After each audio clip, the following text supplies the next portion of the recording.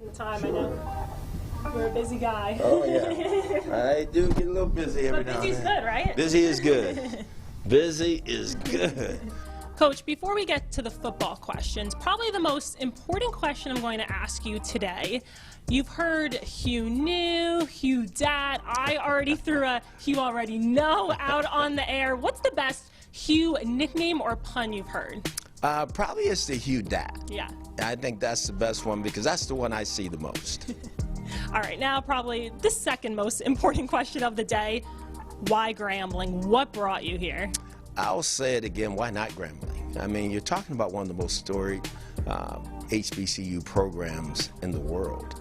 Obviously one of the greatest coaches that's ever coached the game, walked those sidelines, and to have an opportunity to be one of the leaders here at Grambling State University where Eddie Robinson coached, I'll say it again, why not Grambling?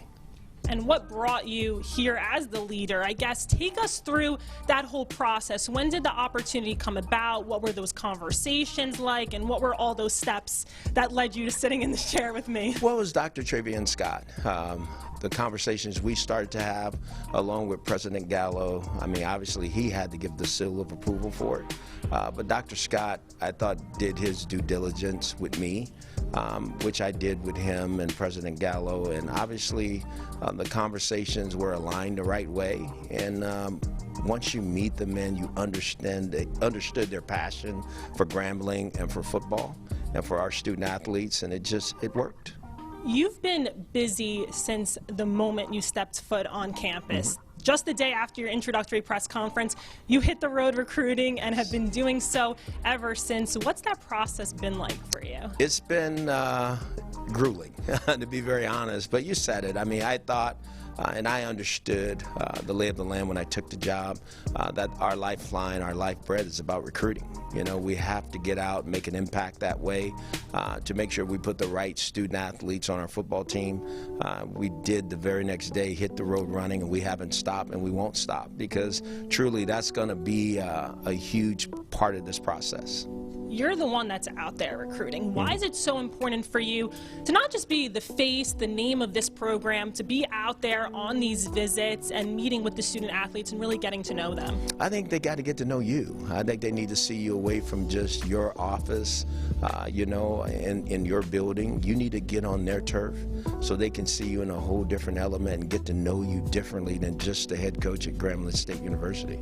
How has it been for you, you know, out there meeting all of these prospective student athletes and just getting to know them? I guess for you, what are those emotions like? Does it get you hyped up for the season? Or? Oh, absolutely. But it's exciting going through the process. You meet so many different coaches, so many different players, so many different families, and those relationships you build with people over the years will come back and pay benefit in the future. What's your favorite place that you visited so far?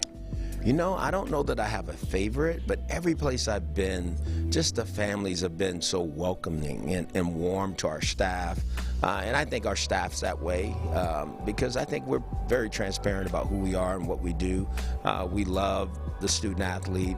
We're going to create an environment for them to be great. And we sell that, you know, and we talk about what we want to accomplish with their kids. And I think that's so important. It's not just about football. It's also about earning a degree and doing something worthwhile with your life. Last season you spent coaching over at Tennessee State, but before that it had been about 20 years since you last coached at the college level. Does it feel like a different world now? Are there things that are the same? Are there things that are different? What's it kind of been like for you? It's different, that's for sure. Just the technology side of it, you know, the texting and the FaceTiming, that's way different than what it was when I was in college football before, but I get it.